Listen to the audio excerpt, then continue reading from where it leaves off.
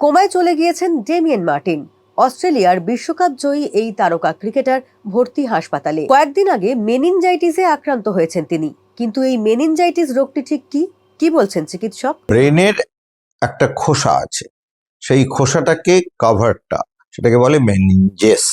এবার এই মেনিনজেসটা যখন ইনফেক্টেড হয়ে যায় তখন সেটাকে বলে মেনিনজাইটিস।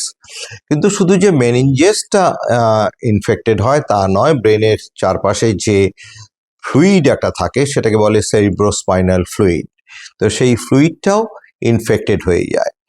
তো এই যে ব্রেন ইনফেকশন যখন হয় প্রপার ব্রেনটা, সেটাকে বলে এনসেফালাইটিস। আর যখন মেনিনজেসটা মানে ব্রেনের কভারটা ইনফেক্টেড হয় সেটাকে বলে মেনিনজাইটিস।